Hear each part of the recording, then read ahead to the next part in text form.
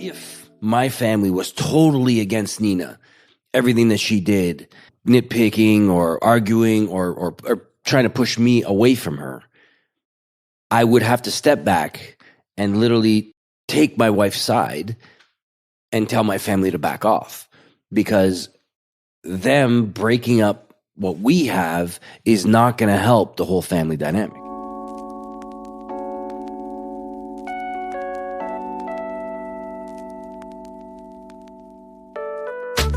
So do you ever envy those so-called hashtag couples goals? Well, you know, when you first fall in love with someone, you get butterflies every time you see them. You lust them. You're infatuated with them. You want to be with them all the time, like best friends. Do you want that to last forever? Together, let's discover what it takes to say a massive yes to all the above through our topical discussions, our world-renowned guests that will help guide the way to a happier, sexier, and fun-loving relationship. We're not doctors or therapists. We are just two normal individuals who have had many ups and downs in our 23-year relationship. And counting. We've amassed our own wisdom over the years, but we're still learning, just like you. Nina and I believe you can have it all and still live your best lives, as long as you're willingly and consistently discover each other in new ways. And that right there is what the show is all about. We're Nina. And Roger. And this is the Head Over Heels Show. Yeah, baby.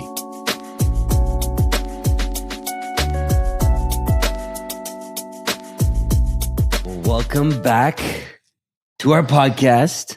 Yay! As you know, my name is Roger, and I'm here with my beautiful and crazy wife, Nina. And we are the Head Over Heels Show. Yeah, we are, baby. For 2024. And forever. Forever. I always have to have one on you. There you go. Can't help it. I'm the wife, happy life. There you go. Speaking of happy wife, happy life. Uh-oh. Our episode today, we're going to talk a little bit about what y'all have been asking us on TikTok. And a few times we've been on and people would ask about your relationship and the relationship your family has with your partner. Right. That's one of the questions. Yes. But before we get into that, let's talk about this crazy weather. Hot, cold, wet, slimy. I mean, that's normally what you want a first date to be, but it's January. January, it's nasty. It's all, we had snow turned into slush. But hey. The world's changing. The weather's changing. I mean, my girlfriend lives in Vancouver, and I was talking to her last week, and she says, holy shit, Nina, it's minus 35 here. And that's Celsius, not Fahrenheit. And I'm like, well, it's plus 10 here. And it was, the roles have reversed. Out west used to be a lot colder than it before, a lot warmer than it was out east. But now the world has shifted. It's friggin' beautiful here. It feels like you're in Vancouver, and it's freezing there. So we're planting our palm trees tomorrow. Yes. But first, we have to make sure the ones that we have don't die on us, like every year. Bye. But yeah, that's what's been happening. We have a really beautiful warm weather happening here in Toronto. We did get a little bit of snow last week, but it was just for a few days and it's pretty much gone. It comes and it goes.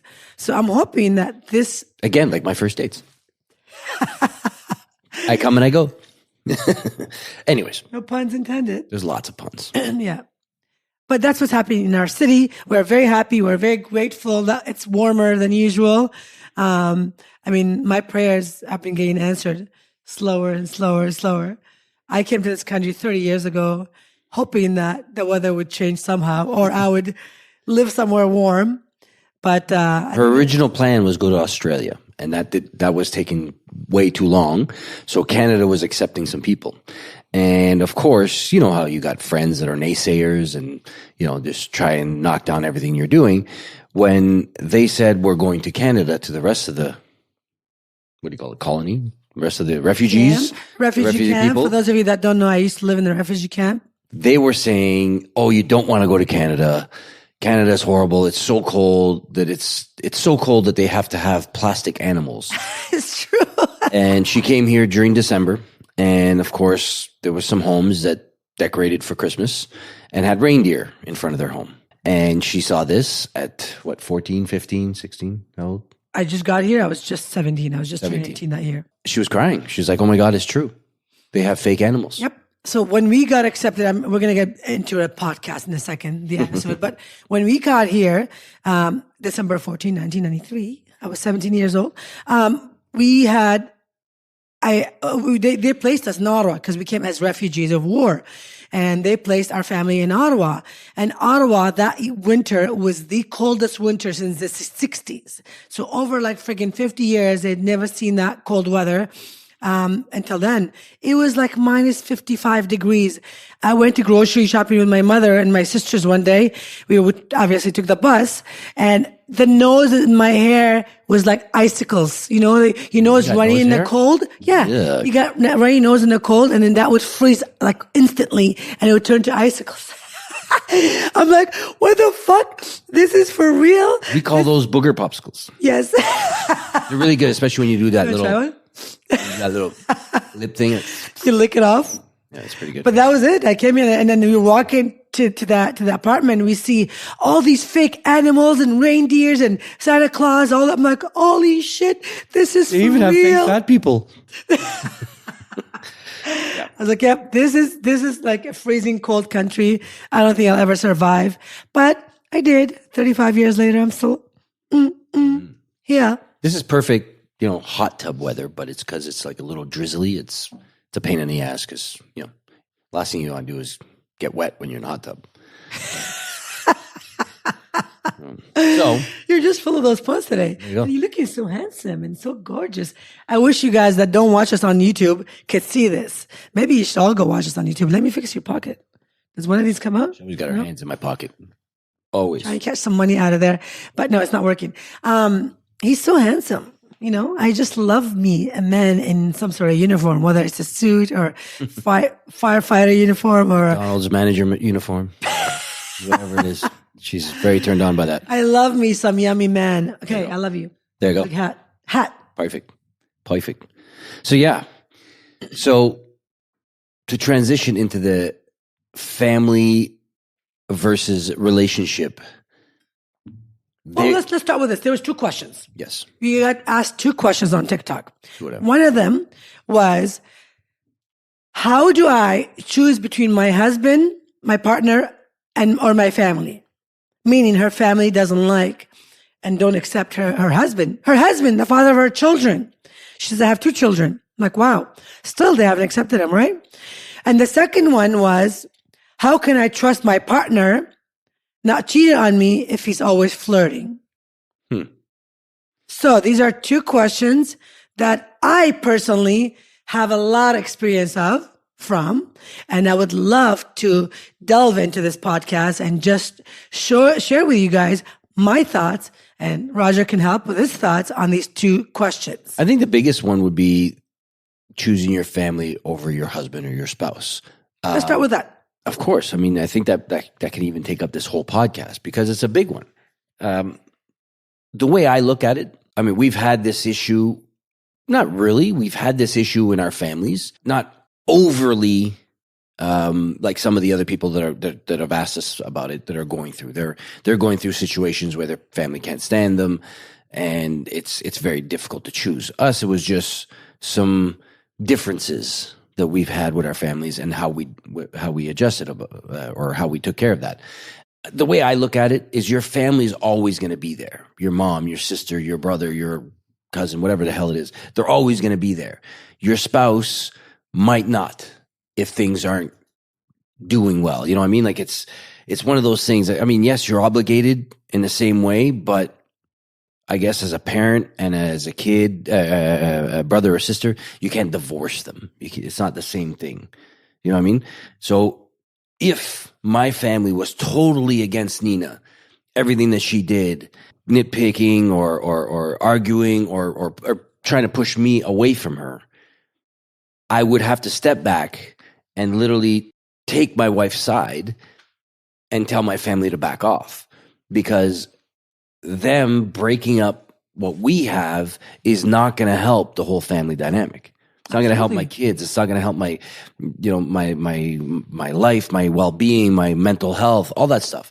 None of that will help that if they're pushing me away from the person that I chose to be my wife or my husband. Absolutely. I mean, I have had experience with this matter when if you're from a different culture and you marry someone outside of your culture or you're different race or different color, whatever it is, you're choosing that person for you, not for your mom, not for your dad, not for your sister, not for your brother. It's for you. That's you're building a life with that person. So for the family, if you have kids, you're not building a life. You built a life. You already have it, yes. And someone else had asked it. I feel the same way. And that person had just got married to her partner, and she says, my family just don't accept him. But the thing is, it happened with me. I mean, I married outside of my culture. I come from a big family, very large family, 5 sisters, 2 brothers. Fortunately for me, one of my brother had married outside of the culture already. So my parents accepted that. So for me, it was like, are you kidding? Are you going to go that route again? It was a little different because he was the male in the family, but... That's right. So how can you go that route and all that stuff? And I said, you know what? For me, love is love. It doesn't matter what color, what culture, what language you speak. If you fall in love with someone, you fall in love with that person. That's your person. So I had to work really hard to make sure my parents accepted him from day one, my family, everyone. Like it used to be, he doesn't speak my language. So when Roger would come over to my family at the beginning, if they spoke my language around him, I'd be like, please try to speak English. All of you can speak it. Even if you can say a couple of words, speak English. It's more respectful to him. And for me, it was almost constant at the beginning. Do it. I was always on them to make sure they did not disrespect my man. And I always made the point that he was my king and I was his queen. Even when we were dating, that I would take his side over everybody else because I wanted to build a future with him and I wanted them to love him the way I love him, respect him the way I respect him. So it's all up to you as a human being, as a woman, as a man, to let your family love and accept and respect them by you taking that in. Yep. Like if you love me, you're going to love my man. If you don't, that's your choice. I mean, you have to make that tough decision. There was months and days, sometimes years that I wouldn't even see some of my family because I felt my husband was not welcome to the fullest. And we wouldn't do it. We wouldn't go. I would not go. And in times that I would hang out with my family and I felt that he was mistreated in any way, it would take so much out of me to let that out. And I would let them know, like, that was wrong. How you acted around my man, how you behaved, what you said, what you didn't do, all these things I did not appreciate. So over the years, my family, they got to know my values and my boundaries. These are my boundaries. If you want me in your life as your daughter, as your sister, as your brother, as your family, then you have to accept him with me. We come together. Yep. So it's a tough situation to be in if you are back and forth between the two. You got to take a side, and I highly recommend you take your partner's side because that's the person they're going to spend the rest of your life with. That is the person that you're going to raise your children with. That's the person that you're going to live joyful life with, not your family. Because once we marry, unfortunately, we leave our family. We really divorce our family in so many ways. Like, I love my parents, I love my brother and sisters, but they're not living with me every day of my life. You are. Yep. So my obligations are to my husband. You know, like you said it in what you just said now is you got to also, your husband or spouse could be wrong. You know, there could be some instances where they're wrong in whatever situation you're going through with your family. But I think one of the most important things is what you were saying earlier is you take your partner's side. Yes, they might be wrong in a situation, and you might agree with your parents that they're wrong, but by throwing them under the bus or throwing fuel on the fire and just trash talking them and doing all this stuff in front of your parents or your family, then you can't get mad at them for taking your side and continuing that argument. So you got to watch what you say. You got to be careful of how you rant, because if you're just trashing your partner, your family loves you to death. They're going to take your side. So they're going to continue that trashing. They're going to continue the disrespect. They're going to continue throwing them under the bus. And they're not going to know when to stop. They're going to assume that, you think that way all the time. So they're going to have that in their mindset, and they're going to continue looking for reasons why you are that way or why that your spouse is that way. Why you should change them. Exactly, 100%. So we had some situations within our family, not us, but within our family, where there was one partner that was getting trashed by the family, and it continued and continued and continued. And unfortunately, they had to split up because of it. And it's just one of those things. It's like I cannot feel at home being with my wife if there's resentment there and there's resentment going into her ear that I can't hear. Do you know what I mean? When other people you have issue with your partner, you solve it with your partner. You don't bring you don't bring your family into your marriage. You don't bring your friends into your marriage. This is what it gets me a lot of times. People say, well, I have issues between my family and my partner. Well, how have you contributed to those issues? What have you told your family about your issues, your problems? Yeah, you want to confide in someone, but you don't go tell you everything you have with your partner to your family, because they're going to hold that against your partner, and they will try and push you to, oh, he's bad and she's this, and they shouldn't have done that. They shouldn't have said that, instead of saying to you, listen, you have to look after your marriage and your own family. I remember my dad was physically abusive to my mother growing up, and we saw that firsthand.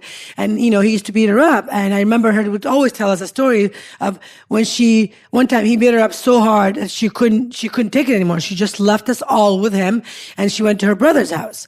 And her brother looked at her and said, you get up and you take your shit and you go back to your family, because that is your family. You cannot raise children without a parent. Both of you have to be there. Whatever issues you have to go solve it. And my mother, unfortunately, had to deal with that for a long time, until my dad sort of got out of the situation that he was in, and so he did not lay hand on her after that. That always comes to my mind when people talk to me about this, because yeah, you have issues, but you got to solve those issues between the two of you guys. You can't let anyone else come in there, especially family and friends, because they're going to be most likely on one of the sides instead of trying to fix you guys up. So be careful of that. And family too. I want to address that as well. If your daughter or your son are coming and expressing their feelings to you guys, try and find both angles. Try and help them both ways, not just trash one of them and take side of the other person, because that's not going to be good for anybody. It's going to end up in divorce, and we've seen it firsthand. And you said it before on one of your Instagram posts or something like that. I can't remember what it was, but I heard you say it. And it was basically saying a true friend will not find ways to kind of trash the relationship. They'll find ways to help you with it. Meaning, if I go to one of my friends and say, Nina's been doing this, Nina's been doing that, and she's driving me crazy, blah, blah, blah. If that person just adds that fuel by saying, yeah, that bitch is, she sucks, you should get rid of her, blah, blah, blah, and all that stuff, they're not helping you. They're not the true friends that you think they are. They're not the true family that they think you are. Because, I've had a few instances back in the day where Nina and I were not doing so well, and she went over and would rant to her sisters, and her sisters would literally give her shit and say, if you ever think of leaving him, I'm never talking to you again. Mm-hmm. If you think that he's doing something, blah, blah, blah, then it's on you, blah, blah, blah. So they were basically helping her by talking me up. Yeah. And that was at the beginning of our relationship. And helping the relationship. Yes. As opposed to sitting there saying, yeah, you're right, you should leave him. That's not helping. That's not helping the relationship, especially if there's kids, especially if there's a life built within that relationship. By you trashing it does not help. Yeah, they were like, try and find a way. Yeah, try and find a way to sit there and, like, if you're the family or you're the sister, or you're the best friend or whatever it is, when that person comes up to console in you, have both sides. Think of the relationship itself, not of the person that you're talking to, because you can be thinking that you're helping her by saying, oh yeah, he's a dick, he should be out of your life, you shouldn't take that shit, blah, blah, blah. You're going to get divorced, and if you have children, unfortunately, the children are going to pay for it. Exactly. And her mental health is going to pay for it, all that stuff. When it didn't really need to happen that way. Do you know what I mean? Like with my mother's situation, unfortunately, it was physical abuse. And if there's a physical abuse, I'll be the first one to tell you to get the fuck out of there, or try to make sure he gets help or she gets help. You know, you got to get help. You got to figure that shit out, fix whatever that issue is. But everything else, couples should be able to help each other with their issues. Parents, siblings should not get involved in that relationship, because what's going to happen? That relationship is going to break up, and unfortunately, children are going to pay for it. And we've seen it, and it's not good scene. So do not take sides at all, whether you're family or whether you're partners. Do not take side. Fix your issues. Take care of yourselves, and just watch what you say about your spouse. Don't trash them too much. I understand you want to vent. I understand you want to get somebody else's approval of your feelings towards whatever happened. You want someone to validate your feelings. Yes, that's what I mean. Approval, validate. So that's what you're looking for when you're going off and ranting and raving. But think about what you're saying, because you don't want to completely throw that person under the bus, and you don't want to look like an idiot that you go back to them because you just said all this horrible stuff about them. You know what I mean? Like you're making yourself look bad. So yes, you can rant to one of your friends or vent or whatever you call it, but do it with caution and do it with respect to your spouse. Mm-hmm. And if you really, really have something that you really want to get off your chest about your spouse, do it with your spouse. Talk to them. Explain to them what's going on in your life. Explain to them what's going on in your head and how you're taking or perceiving whatever's going on with that relationship, and see if that story is the same as his or hers or whatever it is.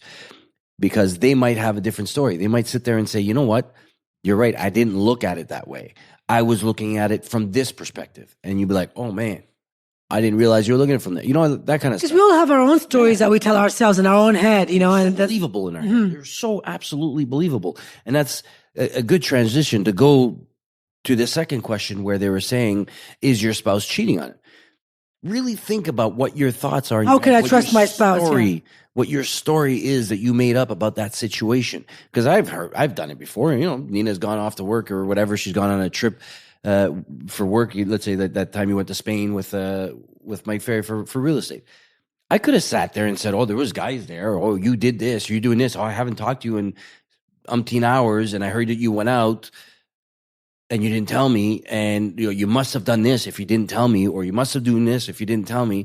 And then next thing you know, it's like, oh, I didn't tell you because it was 4:00 in the morning for you, and they decided, our time was different or whatever. The story is completely different than the one And I'm a flirt. Like this is why I really like this question, because it says, how can I trust my partner not cheating on me if I know they flirt? Yeah. Well, the main thing for that, before you go on, is you got to define cheating to that person. Is cheating liking somebody else's Instagram posts? Is cheating, a little bit of flirt and banter with a colleague at work? What is cheating? Or flirting, to be exact, because when I first met Roger, the first day I met him, I was the one who was flirting with him. I picked him up at a club. So it was my doing. And the more he got to know me, the more he knew my personality. It was very bubbly. It was very flirty. I talked to everybody. I'm in the service industry. I speak to everyone. I mean, for crying out loud, I used to serve all the senator hockey players in Ottawa, and I used to make tons of money at the bar I used to work at, because I used to flirt with these guys. And guess who would pick me up at the end of the night? My boyfriend at the time, Roger. He would come and pick me up, and sometimes he would come and watch me serve, and he would see how many guys would hit on me or they give me their number. But that doesn't mean I'm going to act on any of that stuff. When you have a trust in yourself, you're going to trust your partner. I had the full trust in myself. I had full capacity of being confident as a woman, as a server at the time, as his girlfriend. I wanted nothing to do with any other guy. I'm flirting because that's my personality. It's just who I am. This is how I act. So he fell in love with that. There was few times that issue came up in our relationship. I would say the first 5-6 years, and we dealt with it that way. It was at the beginning hard because he was still trying to figure out what my personality was exactly. And he always jokes and says, you have many personalities. There was also boundaries and stuff like that. I didn't want to cross and blah, blah, blah. And it was tough because for some reason, we always ended up working fairly close to each other. So, if not in the same vicinity. so when we were working in the malls, I was at this counter, you were at that counter, and I would see the type of flirting you would do. And for me, it would some things would upset me, some things wouldn't, and vice versa. You would sit there and say the same thing about me, and we just found our boundaries, and we said, okay, we won't cross it. But I do got to say, because we don't have to do too much time on this for this question, but if you make this that great, the relationship you have with your girlfriend, boyfriend, spouse, whatever it is, if you make it that great, then you're going to know that they're not going to want to lose that. Yeah, They're not going to do anything to jeopardize that. So yes, there's going to be some instances where you're just getting into a relationship, and yeah, you're making it great, but they still went off and cheated, whatever. Don't let that get in your head too much. People are used to certain things, and it takes them a while to kind of back off of those things. Or take accountability for those kind of things because they're not used to having it. So I've been with her 26 years. Now, if I were to do something like that now, obviously that's a huge step that I'm taking to say that I want to jeopardize this relationship. And vice versa. Yeah. Or, it could be a lot of things, I haven't sold my oats or I don't feel appreciated, blah, blah, blah, blah, blah, whatever it is. Those are the things that I'm saying. If you make this that great, then there's no reason for me to go off and do something. I don't have to worry about sewing my oats. I don't have to worry about if I feel appreciated or, if I feel sexy or wanted or anything like that. And I want to add to that too, not just make the relationship great, make yourself great. Make yourself feel and see exactly what you want to see in your partner. If you want to trust him, then you need to trust yourself. If you want to love him, then you need to love yourself. If you want him to be confident in loving you and all over you, then you got to do that for yourself, because this starts within ourselves. All the trust issues, all the issues that we have with external forces, external people that are around us, it stems with inside of us first. So if you are thinking, should I trust my partner? Think to yourself, should I trust myself? Do I look at other people the way I think he's looking at other people? Do I talk to people that way? You got to ask yourself these questions. And if you don't, then you got to work on it. Why are you that way? What is the insecurities? How do you feel about your body? How do you feel about your mind? How do you feel about your look? What is that you could do different to make yourself better? For example, I know I am the best person for my husband. He will never find anyone better than me in any shape or form. I'm smart, I'm kind, I'm a great mother. I take care of my mind, my body, my physically, emotionally. I take care of him. I do everything for myself that I do for him, that I want him to do for him and myself. So there's a saying, I don't know who said it. I work on myself for you and you work on yourself for me. Meaning I do all the good things to make myself feel better, look, and do for myself, and he does it for himself, and we come together.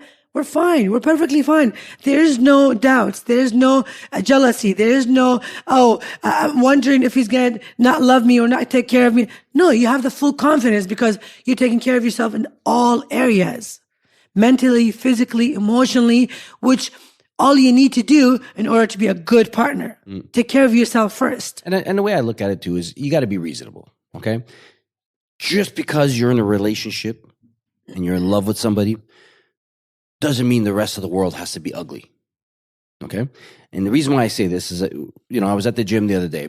It was a Saturday, and there was a lot of people there. And there was a lot of beautiful women there. And they were dressed, great for the gym. The way I dress for the gym. Well, they my nipples are all out. I don't care. Yeah. You're killing my point here. Sorry. So I was talking to another guy that was sitting there working out next to us and next to me. And there happened to be like 3 or 4 girls around us. And I looked at him. I said, it's kind of hard to look up, because if I look up, I'm looking at somebody I'm going to look at them and they look great. And are they going to sit there and say, why are you staring at me or something? He's a perv or whatever. Yeah. So I looked at this guy and I said, it's kind of hard to look up. And he goes, I don't know how you do it when your wife is here. My girlfriend, if she saw me in here, she would cut me off. Yeah, she would lose her mind. Yeah. So I said to him, I'm like, well, the good thing is my wife is one of the people that people are looking at. So she can't blame me for sitting there looking at people when she's getting looked at like crazy.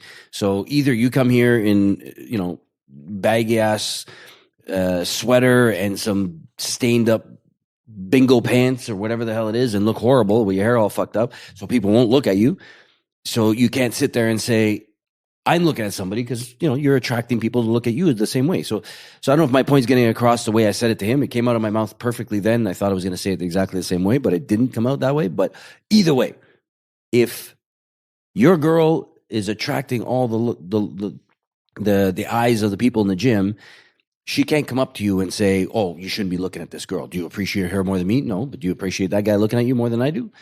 It's the same kind of thing. So you got to kind of give and take in a relationship. If you know that you're doing something or you're getting some sort of attention, you can't get mad for somebody giving her that kind of attention.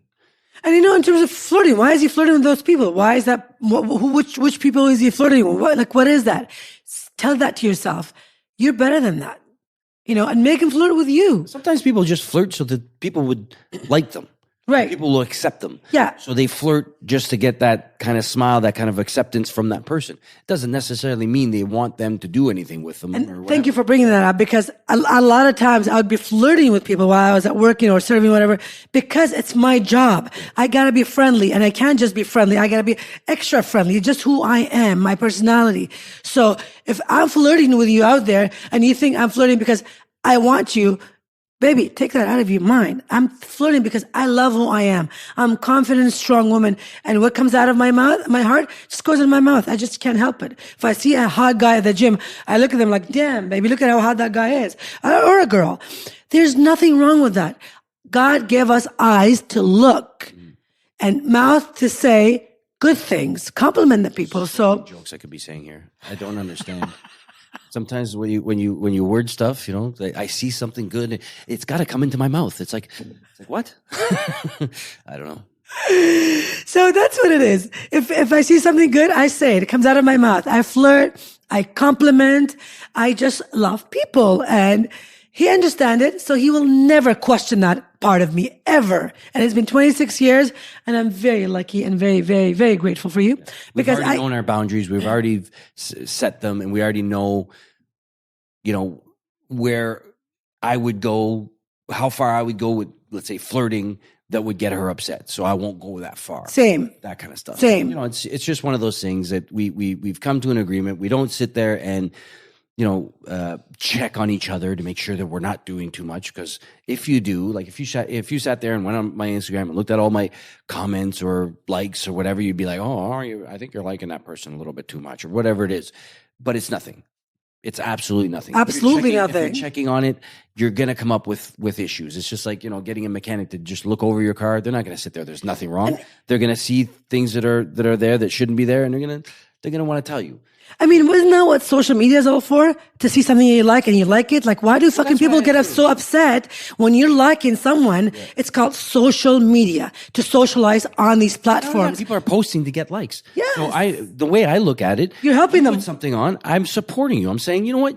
Good post. Good thing. You look great. You look this, you look that. Right. And people might look at that like, oh, why are you liking my girlfriend's flirting stuff? Too much, or why are you liking my girlfriend's stuff? I'm like, because she posted it to get likes. No, I'm just supporting. If you post something, I'll do the same thing. I'll support you. That's exactly what it is. And you know what? At the end of the day, you can never change anyone but yourself. The way you think, the way you feel, the way you act. Get those three in order and only do what you want, and your life will change forever. See, once you build that self-confidence enough that you know that you're the best one, like Nina says, I'm the best one for her. She's the best one for me. That's what Nina says. And vice versa, whatever it is. But she has that confidence. So she knows that I'm not going to go out there and jeopardize that. I'm not going to go out and say, I'm going to go kiss some girl and fuck up my whole relationship. It's not going to happen. It's not going to happen. That's right, baby. On that note, we're almost at the end of our podcast. Yeah. Don't forget to follow us on Instagram, on TikTok, on YouTube. This is on YouTube. Follow us, subscribe. Because you know why? We love you guys when you do that, when you subscribe, when you comment, when you like our stuff. It's just, it's a good energy you're putting out there. And what you put out there, you get it back. So do good, be good, and love yourself to infinity. Love you guys. We wish you what we have. Yeah, baby.